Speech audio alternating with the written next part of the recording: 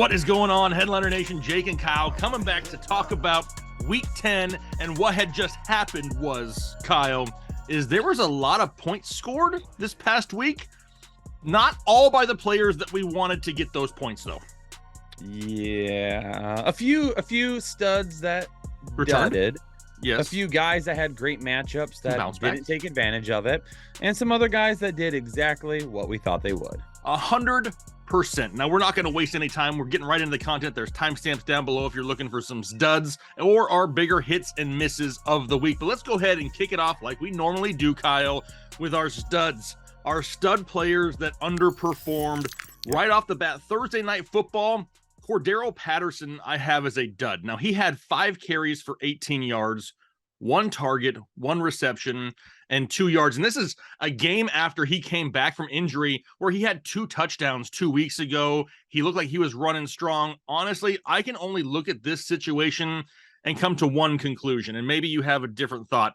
I'm guessing because it was bad weather, it was raining in Carolina, the field conditions weren't great, that they didn't want to risk some type of re-injury to Cordarrelle Patterson, because otherwise I have no idea why his usage was just so low on Thursday night.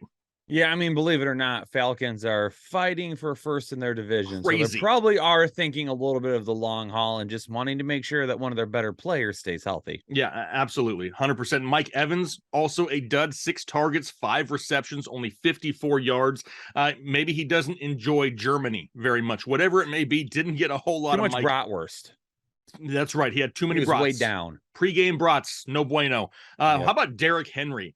Now, coming into the week, I thought Derrick Henry was going to have a great opportunity to run all over the Denver defense. A Denver defense that's a lot easier to run on than they are to throw on. Derrick Henry had 19 carries, not bad, but only 53 yards on the ground for Derrick Henry. That's not going to carry too many fantasy teams. Had another 2 receptions for only 14. How about Jalen Waddle? Now, we tell people every week, you don't ever question yourself. You're starting Jalen Waddle every single week. This was more of the running backs were having a great game. We'll talk about them later. And Trent Sherfield all of a sudden was a thing for Miami. Took a little bit of that ceiling away from Jalen Waddle. He only had 4 catches for 66. So it's not like it's a horrible day, but not what we're really accustomed to. But when it comes to horrible, Kyle, it's got to be Alvin Kamara, who he just didn't cut it for us here in Week 10. 8 carries for 26 yards, no touchdowns. Like that. That's not any good against the Pittsburgh Steelers. Only added in 3 receptions for 19 yards. Horrible day for Alvin Kamara. Maybe 5-ish points, depending on your settings. Yeah, 5, right 6. around in there. Yeah, you may be hovering around 6. Not great. Travis Etienne, I expected a lot more. I think everybody at this point expects a lot more from Travis Etienne than 11 carries for 45, 3 receptions for 28. Not a great day for him. Cooper Kupp, Kyle. Now, obviously, this was more injury related, not so much a bad performance, but losing Cooper Kupp for what sounds like an extended period of time, kind of waiting to find out for sure, that is not what fantasy owners want heading into the stretch run of the playoffs. And I guess the same can kind of be said for Zach Ertz, too, another guy who left early in his game due to injury. We may not have him for a few weeks either, maybe not for the rest of the fantasy season. The tight end position is still pretty thin, Kyle. And when you lose somebody like Zach Ertz, who is at least one of those consistent guys each week, it's just not something that you really want to have to deal with as a fantasy owner. Oh yeah, back-to-back weeks with touchdowns. He's really kind of been a constant. He hasn't had uber huge performances. He hasn't been Travis Kelce. He hasn't been Mark Andrews. He was still the tight end 3 for almost all season, though. And, if you owned him and you don't have another guy readily available, that's going to be a spot that you're now going to have to try and figure out every single week. Yeah, 100%. And the last 3 guys we're going to mention here, all were included in Sunday Night Football. You got Deebo Samuel, only 4 for 27 on the ground, 6 targets, not bad. Not all of them were great, though. A lot of them were like over his head, like by 6 feet. Only had 2 receptions for 24 yards. George Kittle, 1 catch for 21 yards. It was early in the game. It looked like it kind of started to swing some momentum, and then they never went back his way again. And then Austin Eckler, 6 carries for 24 yards, added in 12 targets. Now, any game that you have Austin Eckler with 12 targets, more than likely is going to be a pretty good game. You're excited. I'm excited about it for sure. Only turned into 7 receptions for 39 yards. Was at barely 60 total yards. I mean, you could tell that San Francisco was focused on taking away the big play of Austin Eckler. So those were some of our studs that dudded, aka Sduds, Kyle, in week 10. So now we will take a moment here and we will head over to some of our bigger misses because we know we're not perfect. We're not getting 100% correct. And I'm going to start it off with quarterbacks and running backs, and then I'll let Kyle take it over for wide receivers and tight ends. For quarterbacks, I missed on Ryan Tannehill. And I still don't even know if I had to do it all over again, I would change it. This is a team that didn't even complete a pass to a wide receiver 2 weeks ago. And now all of a sudden, Ryan Tannehill comes back off of injury, throws for 255 yards and 2 touchdowns against the Denver Broncos. I don't know. I probably still wouldn't do it again. So I missed on Ryan Tannehill. Aaron Rodgers, everybody was hurt going into the week. He had a matchup against a solid defense in Dallas. Not a whole lot going right for the Green Bay Packers as of late. They looked horrific against the Detroit Lions. Aaron Rodgers says, I don't care about your opinion, Jake. 224, 3 touchdowns. He was a miss for me this week. He finished as... Does that mean that the Lions defense is better than the Cowboys? I mean, you could probably put that on Twitter, Kyle. I mean, you could tweet that. No, I've done enough today. No. Okay, you've done enough on... Yeah, you've probably done enough on Twitter today. I don't know, though. Maybe we could go out there and like farm a little bit like everybody else. How about we go to the running back position? Actually, no, I got Jimmy G also. Let me mention Jimmy G because I was high. One of those names, wasn't he? He was one of those names I mentioned a lot, but what really irritates me is Jimmy G didn't have a bad game. Jimmy G got screwed by Brandon Ayuk. Jimmy G threw a touchdown pass to Brandon Ayuk. Right there, right in his hands. Technically not, though, because it went right through his hands. So he threw a touchdown, and then Ayuk had a costly drop on a big play even earlier in the game. So that right there is taking away 4 or 5 points or so away from Jimmy G. If he gets that, he finishes top 10. Ayuk also had a fumble. Damn it, Brandon Ayuk. Damn it. Not a great day for Ayuk in the catch and turnover department. Irritates me right there. All right, how about a couple of running backs? James Conner, that's a miss for me too on my own Arizona Cardinals team. Obviously, his production, his opportunity boosted once we knew that we weren't going to have Kyler Murray, but he had 21 touches for 69 yards and 2 touchdowns. But that's only 3.3 yards per carry. And that's what we've said all along with James Conner. He's super inefficient. He is this season's Najee Harris. Like, he needs 20 plus touches and touchdowns to be, somebody you can count on because he's just not being that efficient. And then they had the Rams defense on top of that. I didn't love that going into the week. So he was a miss. And then I guess I missed on both running backs of the Miami Dolphins. In the video last week, I said that I love both of these guys and I want to start somebody, but I don't know which one to start. Both of them are either going to go off or kill your team. They both somewhat went off. Jeff Wilson, 17 carries for 119 yards and a touchdown. And then Raheem Mostert added another 8 carries for 65 yards and a touchdown. And they both finished top 12, Kyle. Yep. I mean, this is going to be one of those difficult ones going forward. I have a feeling like each and every week, trying to figure out which running back is going to produce in Miami, maybe a little bit of a headache going forward. For sure. Wide receiver wise, did have a few guys, DJ Moore. You trade Christian McCaffrey and you trade Robbie Anderson, and all of a sudden Carolina looks like a completely different team offensively. DJ Moore balls out, and then all of a sudden they're Carolina again for the next 2 games. But hey, you keep going back to PJ Walker all you want to. Chase Claypool, I thought, was going to have a better game against the Lions than what he did. They had talked all week about getting him more involved. I mentioned it in that video too about how Detroit has struggled against big body possession wide receivers, and they were able to keep Chase Claypool under control. Amari Cooper, I mean, even with Cleveland being down the entire time, it was Donovan Peoples-Jones that once again kind of led the way. Amari Cooper, a little bit of a roller coaster right now. Hopefully we'll get back on the uptick coming up soon. Chris Olave, I mean, he had a potential great performance. Andy Dalton sucks though, so that's hurting Chris Olave. Andy Dalton. Hopefully we get back to Jameis Winston next week. Matt Ryan.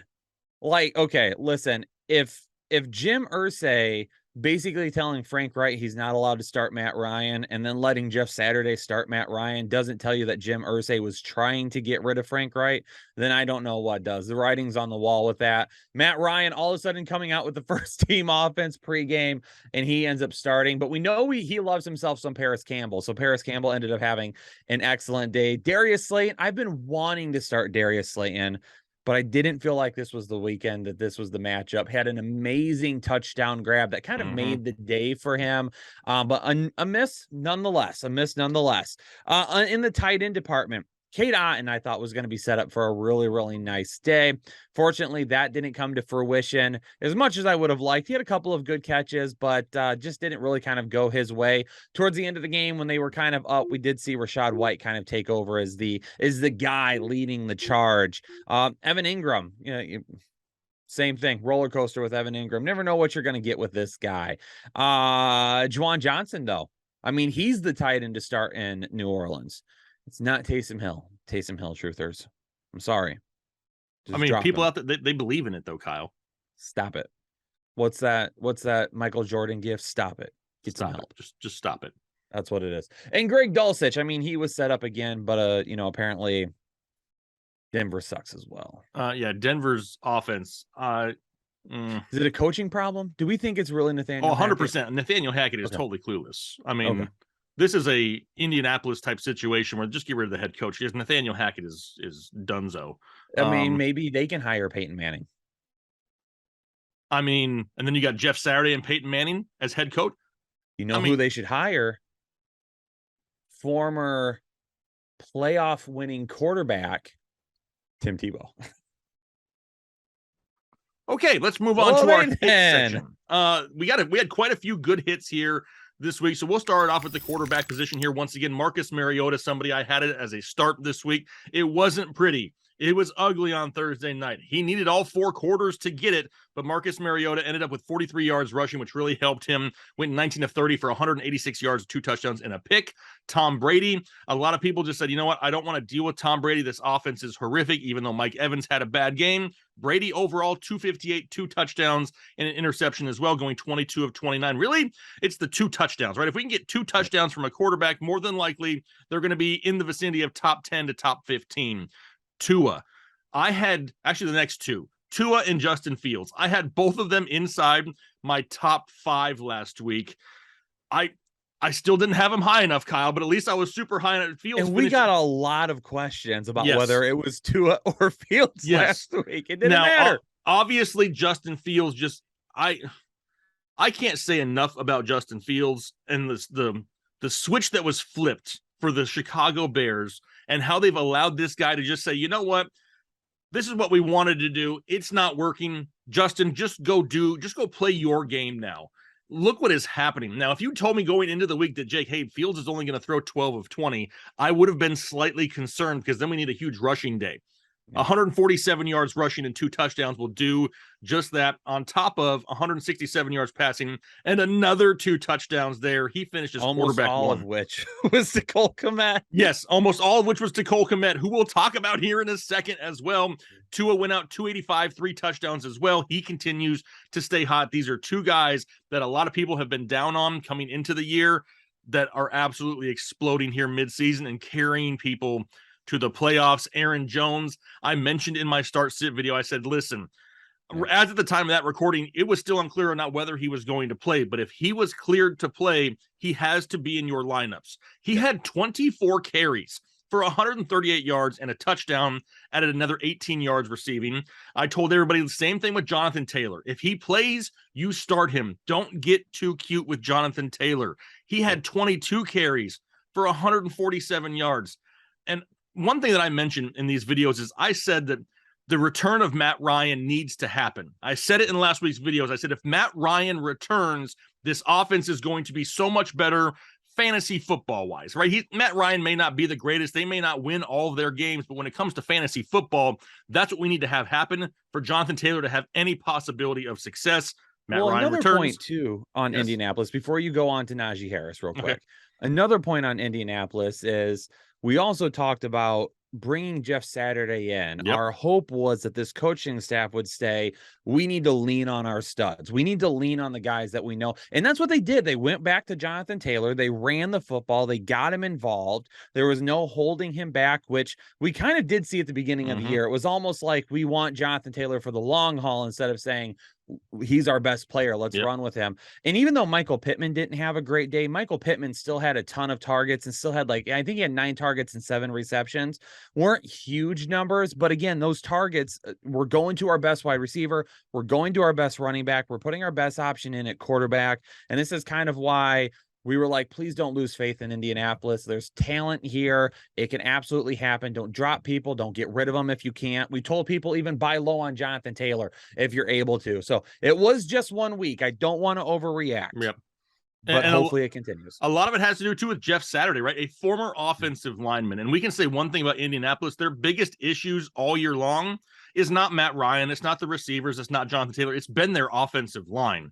So to have a Jeff Saturday now in the building being the head coach, he's already came out and said that he challenged the offensive line, and we saw them step up, and the improvement was vastly noticeable, right? I mean, we could see the difference here this past week, so that was great to see.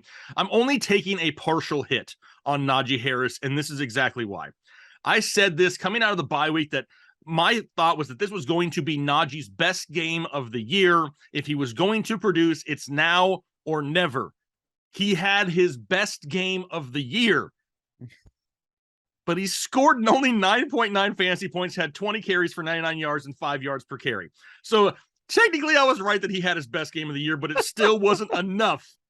Damn it. I don't know if we're going to see it from Najee, and it's not overly, just because of Jalen Warren. I think it's just overall, this guy's going to continue to be a touchdown dependent guy who's not getting the opportunities because Kenny Pickett's going to call his own number at times.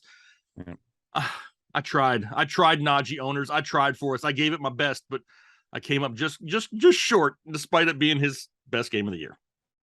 Yeah. And you have to think that foot injury at the beginning of the year probably still is an issue for him. Moving on to the wide receiver position, Chris Godwin was able to bounce back this week, scored himself a touchdown. I know that there's been a lot of talk. Do we go with Mike Evans? Do we go with Chris Godwin? In my start and sit videos, I've tried to tell you, Chris Godwin is getting a ton of targets. He just needs to score a touchdown. Yep. Boom. Touchdown scored. Gabe Davis. Stop the hate. There's no Gabe Davis hate here. And I told y'all, if Josh Allen started, we got to go with him. He finds the end zone, has a pretty fantastic day as well. Darnell Mooney is a hit because I had him listed as a sit. And for those of you out there that were extremely rude in the comments about it, you know who you are. I love you still. Darnell Mooney doesn't have that great of a game. Detroit does a good job of shutting down these smaller speed type wide receivers. They do it again to Darnell Mooney. Christian Kirk with a huge day, scoring a pair of touchdowns. Volume is there for Christian Kirk. Dude's absolutely balling this season. Love to see it. Zay Jones even. I threw Zay Jones out there. I was like, hey, deeper leagues, go with this guy as a start. I think he's going to see more than enough targets this week. He gets the targets, and he has a pretty good day as well. Donovan Peoples-Jones was a start for me this week. He leads the team in targets, leads the team in receiving yards. He's looking like a very under-the-radar start for you all right now. Because you're taking half a hit on Najee Harris, I'll take half a hit on George Pickens, because the only reason he's a hit is because he scored a touchdown. That's not entirely false. I mean, but still, overall, it was a rushing touchdown. Okay, yeah, he still had 13 fantasy points, 32 yards receiving, 1 rushing touchdown, 23 rushing yards. So not a huge day. He was saved by the touchdown. So okay, you can take that partial, but you got another one right in Pittsburgh as well, though. Yeah, went with Deontay Johnson is a sit, and I know people don't love that because there are Deontay Johnson truthers out there that don't love it when you talk bad about their boy. But I like Deontay Johnson. I don't have an issue with him. But again, this is one thing I tried to explain to everyone. Just because you're getting all the targets in the world doesn't necessarily mean that the production will come. And this isn't an offense where the targets equal production. And some other offenses, yes, that potential is there.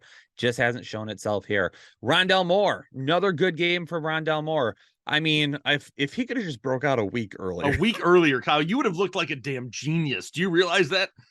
The week I said he was going to break out, he did jack. And then the week after, he's been amazing. Since then, he's been great. Moving on to the tight ends, Cole Kmet listed him as a sit this week. Dude, 2 more touchdowns. I mean, we loved Cole Kmet before the season. He was in the draft guide, right?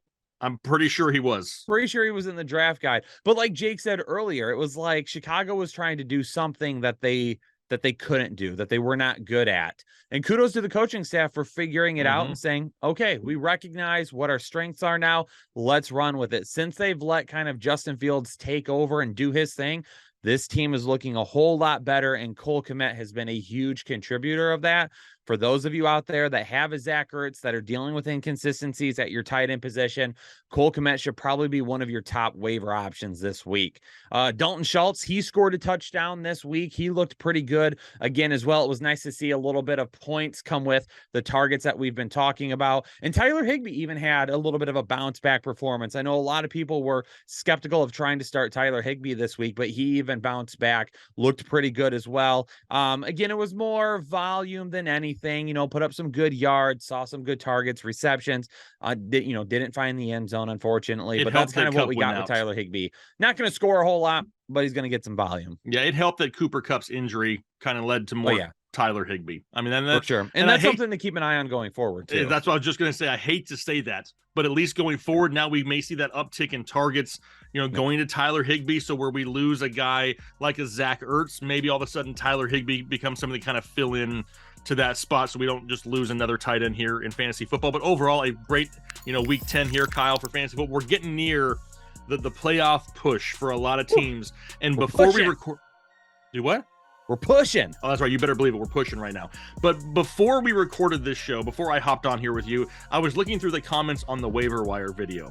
If you haven't checked out the video, go scroll through the comments. I couldn't tell you how many comments I saw with people saying, man, I started 0-3. Now I'm 7-3. I started 1-4. Now all of a sudden I'm on a huge, winning streak. A lot of people are making this push. And after the slow start to the fantasy season that everybody saw, people are starting to find a lot of success here as of late, and that's just because people are paying attention to the content, Kyle, right? We're just providing you information for you to make the best decisions possible for your roster. But another great week here, Kyle. Looking forward to week 11. I can't believe we're already Thanksgiving is right around the corner. I mean, I'm looking Woo, stuffing, baby. I'm looking forward to some stuffing. Woo. I'm looking forward to stuff. Don't start talking food, Kyle. We still got some time to wait, but hopefully you guys enjoyed today's show. If you did, do us a favor, hit that like button down below. If you haven't subscribed yet, I have no idea why not. It's November. At least subscribe now. You can get all the great content all year long. And when the off season comes, we don't stop. The videos keep coming. But for myself and Kyle, we're going to get out of here for the day. Hopefully you guys have a great rest of your day, a great week, and we'll talk to you later.